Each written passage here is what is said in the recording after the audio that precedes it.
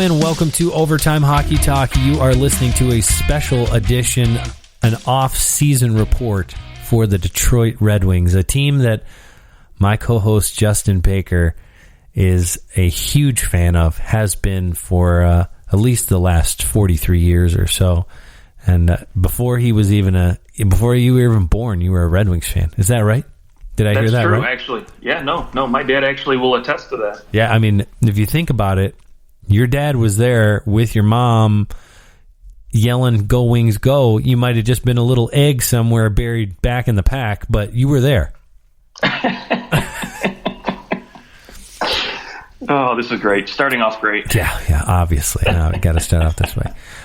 Well, the Detroit Red Wings had about the season we expected. I mean, they're one of those teams where, we picked them to be near or at the bottom of the division, and it happened, and they make us feel good about our pick for where we put them. So, but a boring boring maybe isn't the right word, but I understand as a Leafs fan, it's hard to trudge through a season that has no meaning, like not a whole lot's happening. At least the Red Wings did send Franz Nielsen down to the minors in order to make some space for younger players. So there was some of that, but the Red Wings, they're going to need to continue to work this rebuild.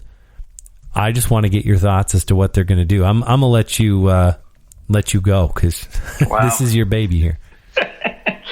Yeah, I mean, there's no secret, right? This team is rebuilding, and this is Yzerman's team now. He's, obviously developing and making the prospects, the picks. He's a couple years into it now, and so, really the concern is just letting these younger guys get the available time, get the available treatment, development, and do it right, because they've got a lot of really, really good prospects as far as I'm concerned. I mean, I think the Hockey Writers Association dubbed them the 7th best prospects pool in the NHL. And so, they've got a lot of interesting prospects as far as, Maurice Snyder just got named the SHL Defenseman of the Year for a 20-year-old kid. That's incredible. Yep. That's fantastic for them.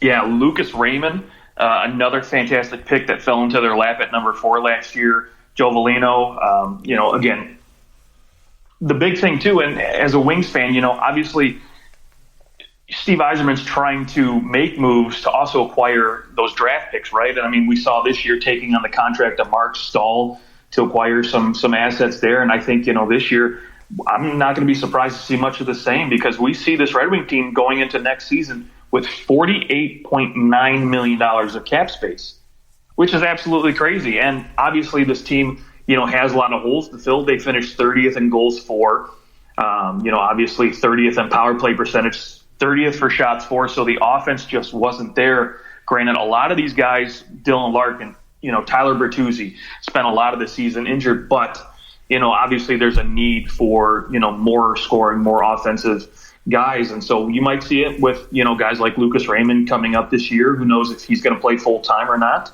And who knows if Stevie's going to actually make a big splash in the offseason. I know they just had an interview with him, and he came out and said that, he doesn't want to deal draft picks to acquire big-name players unless just the right deal comes along, which, in Steve Yzerman's mind. Oh, you mean like everybody else?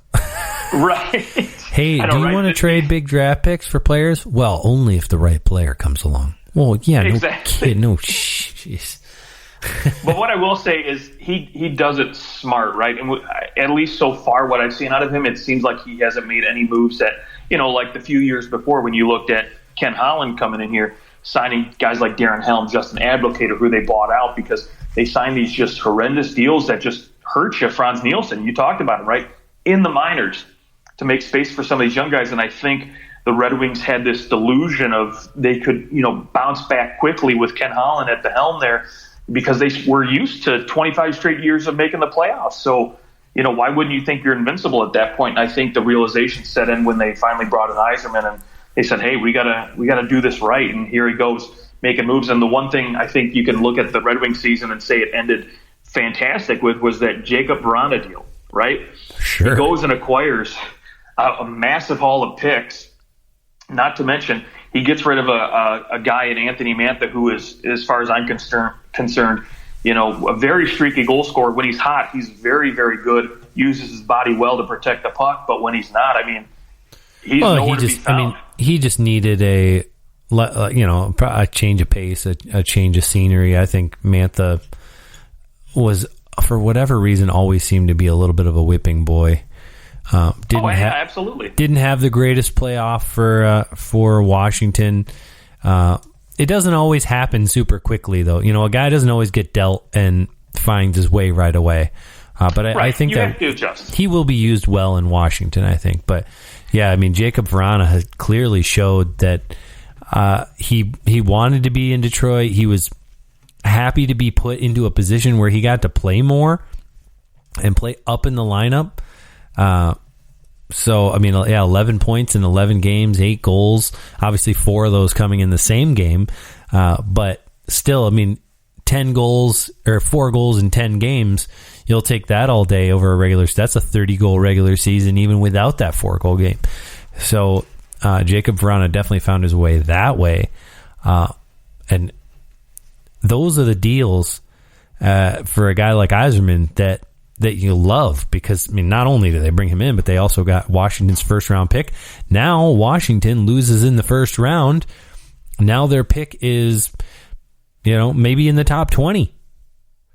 I guess it's probably just below that, right? It's probably like 23, something like that. Yeah, probably going to be, because the way it works out this year is basically they're going to basically see who gets eliminated in the first round, and then they reseed by, the way you finished in the regular season. And so, I suspect because, Washington finished high, they'll probably pick in, like you said, maybe the mid-20s, low 20s there. Yeah. And that's generally how it's done, is like whatever round you lose, you're in that block of teams next in terms of the draft position, and then out of those teams, you basically rank them by points.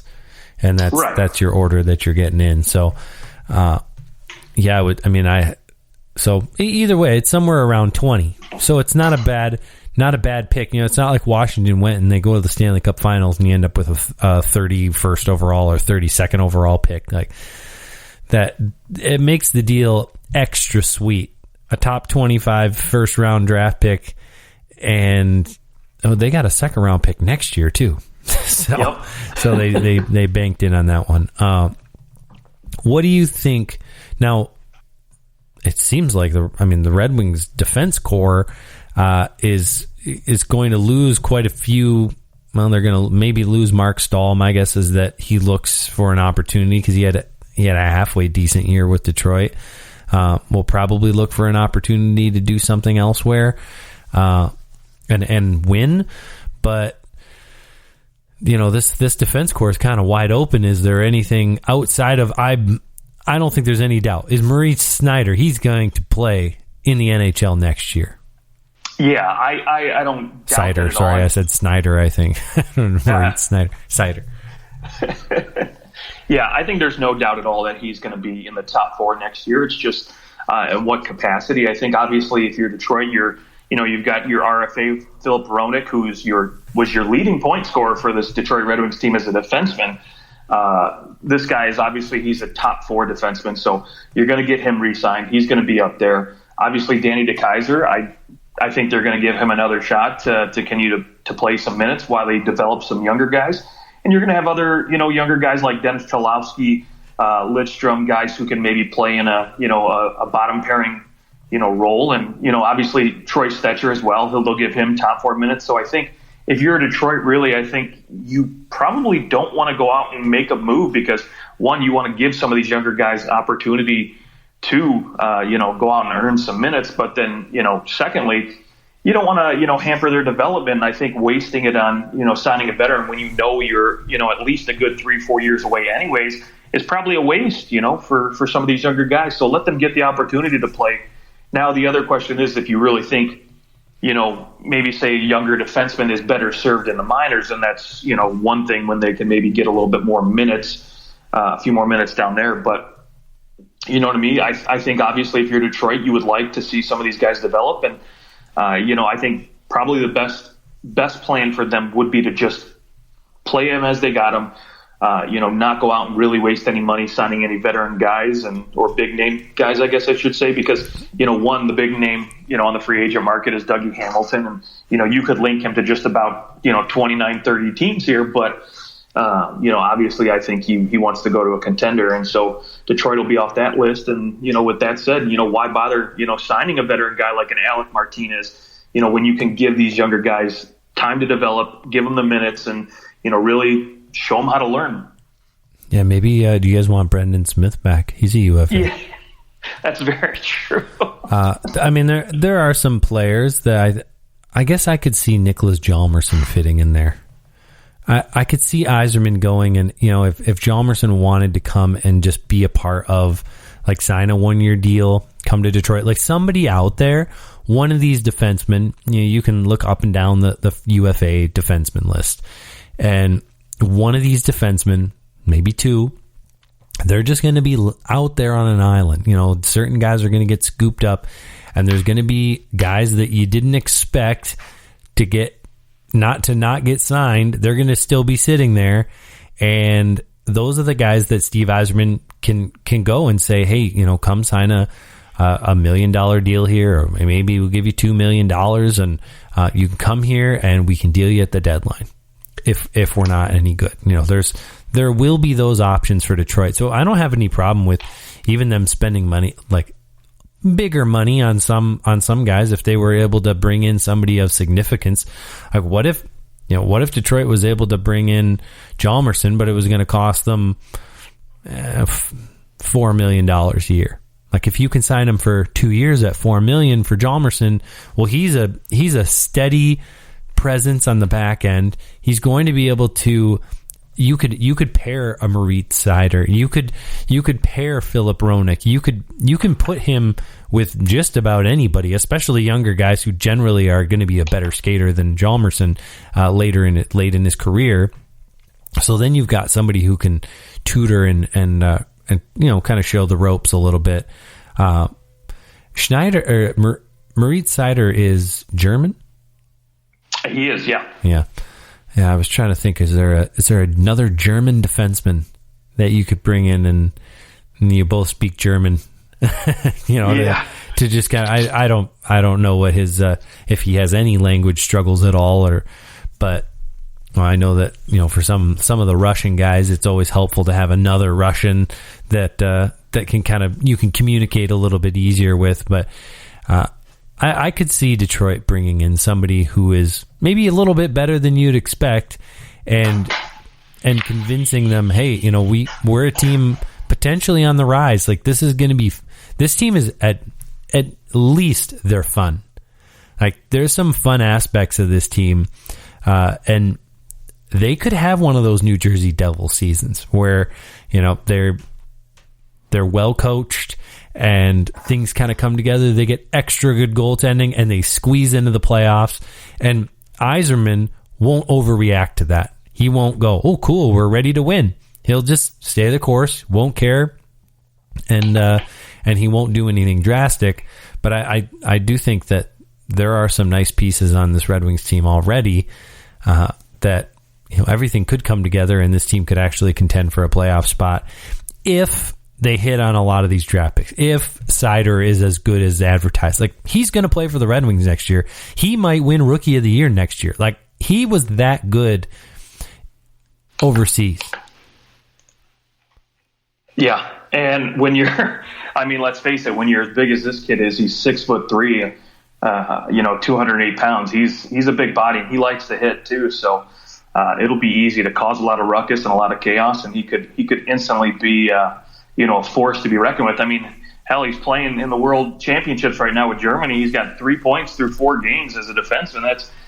Yes, the talent level's not as good, but there's still some good talent there. And even last year in the AHL, he played, as an 18-year-old with the Griffins. I mean, he put up 22 points in 49 games again as a defenseman. I mean, he's got the ability and the flashes to have both that defensive and offensive game there. So he's going to be a fun one to watch. And again, back to your point when you talked about bringing in some veteran guys, I don't hate that idea either, because I think Yzerman again has the idea of acquiring assets. And if you sign on these veteran guys who maybe, can't seem to find a long-term contract, because you always have those, 2 or 3 defensemen that hang out for a long time trying to find that 4 or 5 year deal where they just don't get it at the dollar amount they want. So they end up, taking a short-term deal, 1 or 2 years. And so if you're Yzerman, you maybe can scoop up one of those quality guys there, have them play some good minutes and help, bring up these younger kids, and then you can flip them at the deadline and acquire 2nd, 3rd round picks and, really, again, help build out for the future. Yeah, I mean, there's, and as far as the forward position, there definitely are some players that that could fit well with Detroit coming back, as UFAs. I mean, there's any number of guys that could step in and play a role. I mean, I think that Valtteri Filppula is probably done in Detroit. They probably won't bring him back. I wonder if Luke Glendening will be back. I wondered why they didn't deal him at the deadline, and I wondered if it was because they said, like, we want you here for this. Like, we'll sign you after the season's over. He's just a good guy to have around. I think, like, there's a reason why a lot of teams asked about him at the deadline. They said no. Like, obviously the Red Wings felt like, probably the like 5th or 4th round pick they could have gotten for him at the deadline. They didn't want it in exchange for being able to have him around. Yeah, I mean, he's a great veteran presence, a great locker room guy, but not only that, I mean, he's a fantastic penalty killer. He was the best faceoff guy in the NHL this season, so why would you not want, that kind of player around your locker room? And he's not gonna cost you much. He might cost you another $1.8 million, 1.7, who knows? Right. You sign him for a couple of years, and he can play 4th line minutes, and he still has the ability, because of his defensiveness, to move up and down the lineup, if needed because of injury. Yeah. What is there anybody that you're hoping? I hope the Wings bring this guy in this offseason. Anybody that you're targeting?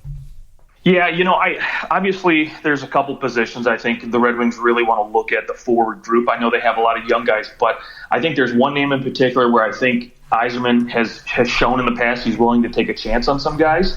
A name to me that comes to mind is Alexander Wenberg. He looked pretty decent to start the year in Florida, and I think because of their acquisition of Sam Bennett, I think there's going to be no room for him in Florida, and he'll be looking for a deal somewhere else. So maybe you take him on a 1-year contract as a project and see if he can, reignite his offensive abilities when he was in Columbus. And then again, if not, you can flip him at the deadline. And then a couple other names that I really like, obviously Blake Coleman. I think there's familiarity there with his time in Tampa Bay. He's got a little grit to his game, and the goal scoring ability is there. So he could be someone who could fit into your middle 6 role really nice with some of these younger players and still show that ability to play both sides of the ice. And then, another name that I look at too is Thomas Tatar, a UFA, a guy who in Montreal actually this year had decent numbers and pretty good possession numbers as well. So, maybe he's another guy who, again, familiar with this franchise, you could bring in on a, 2 or 3 year deal at a relatively low cost, and he can be there to kind of supplement those younger guys as they continue to grow. I don't know if I could see Tatar coming to a non-playoff team. I don't know. Oh, I agree. I agree with you. I think he's probably going to shoot for a playoff team. It wouldn't shock me if he, goes to a team like the Rangers or maybe, he's a very underrated. I'm glad you brought him up because he's such an underrated UFA coming into this year. We didn't hear anything about him because obviously Montreal is trying to win. But holy smokes, I mean, he is maybe like top 5 UFAs available, maybe better than that. I mean, he's been fantastic for Montreal, save the playoffs, but he's been really good and very consistent the last few years. This isn't just because it's the contract year. I think that he would be. I don't know if there's a team in the league that wouldn't want to have Thomas Tatar in their top 6. Yeah, no, I absolutely agree, and I do think again. Back to your point, I think he's probably going to head for a contender, somewhere where he can probably slot in on a second line and be, maybe that go-to scorer for that line. But, again, if Detroit's looking for goal scoring, for somebody familiar and who could probably come in at the right cost, I think Thomas Tatar would be a name to keep an eye on. 2 names, because the Red Wings I would say if there's a position at the pro level that they don't have a whole lot at, it's center, right? Like you've got Dylan Larkin. I think that Luke Glendening will probably be back. So you would have him if he resigns. If he doesn't resign, there really isn't a whole lot outside of Larkin. I mean, they've got Robbie Fabry, but, is he going to be a second-line center for this team for the long term? I don't know. Sometimes I feel like he's better suited on the wing, but, again, they still have a need for a guy to position in on a second line, or at least who can bounce between the second and third line center spot. Yeah, one name that wouldn't be a bad signing for the Red Wings would be a Brandon Sutter.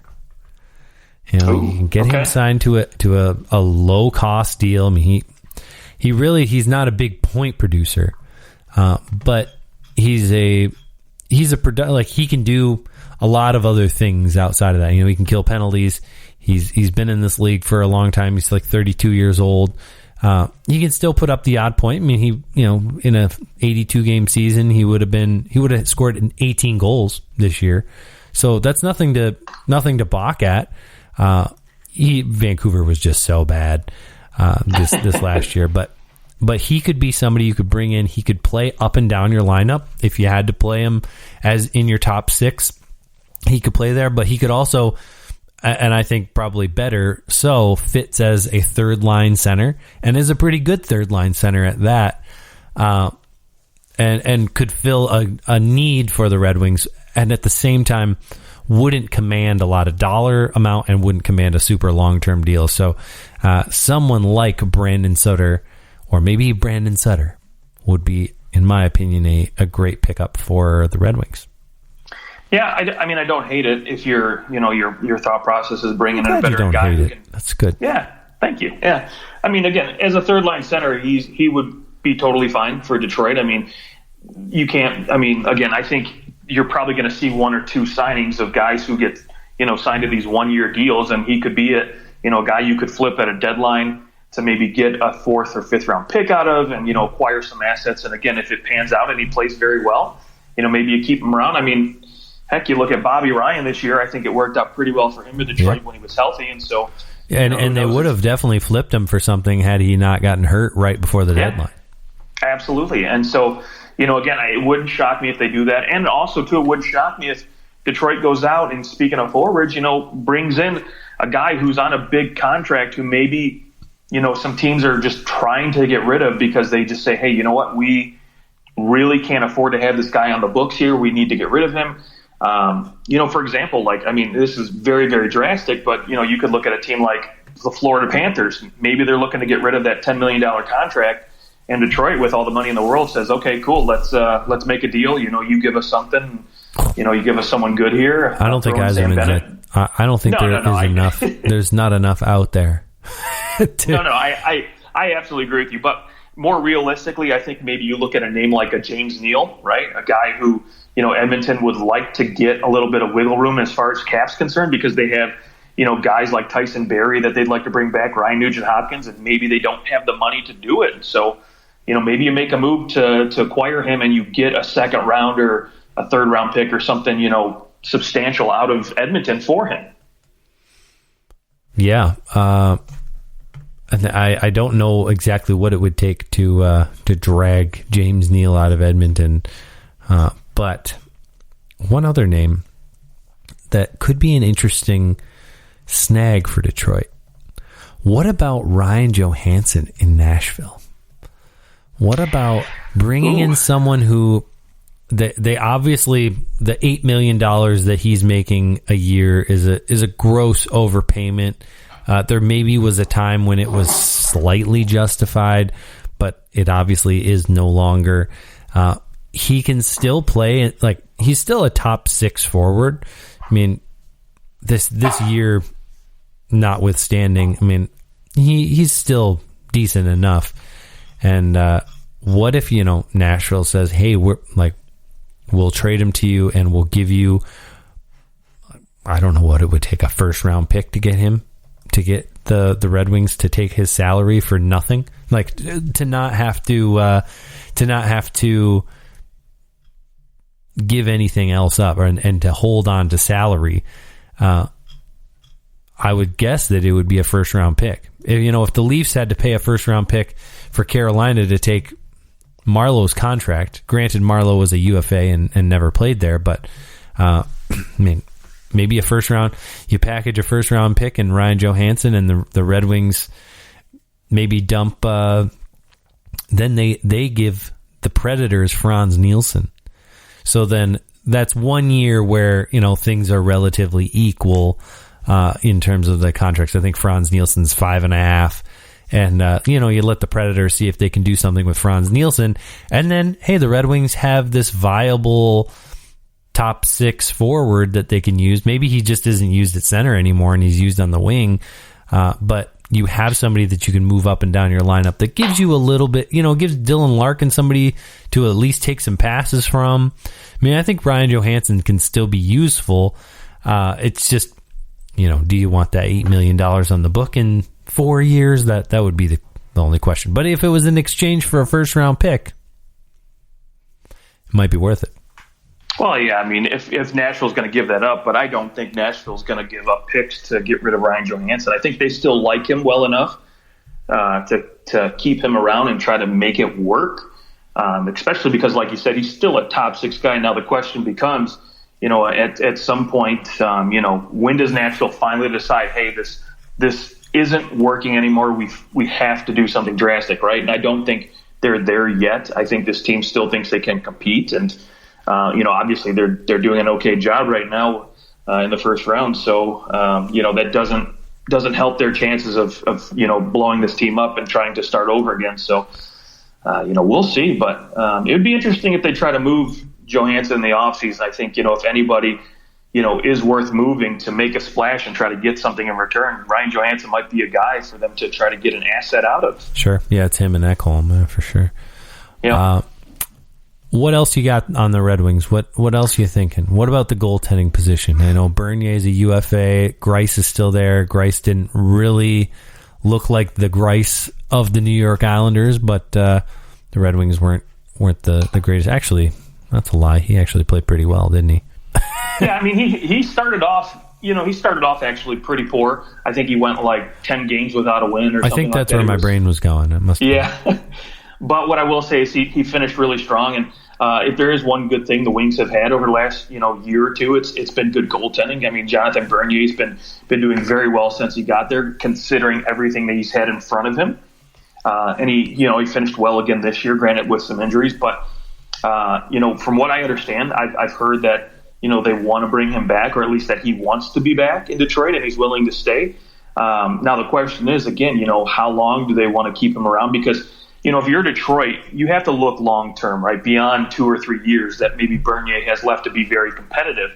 And really Detroit, I don't know yet if they have that guy. They have some guys in the minors like Philip Larson, Caden Fulcher, who could be potential guys of the future. But, are they for sure things? No, not yet. We don't really know. So, this is a draft where there's a couple goaltending prospects rated very, very high. Now, I don't think if the Wings, finish in the top 10 would take them, but you could potentially see them using that Washington pick to select a goaltender and hopefully maybe finding somebody long-term, right, who can come in 2 or 3 years if he develops well and quickly enough that could potentially be there when Bernier and Greiss are finally out of Detroit. Now, to me, I don't think there's any free agents that they could bring in outside of maybe Bernier that would be worth going long-term on.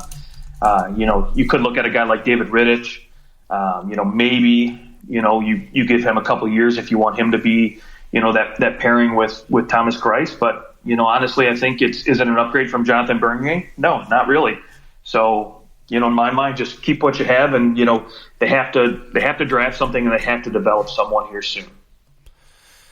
Yeah. You don't have to. If nobody's there, it's not worth forcing. Like, there are always free agent goaltenders that will come in time. Sure.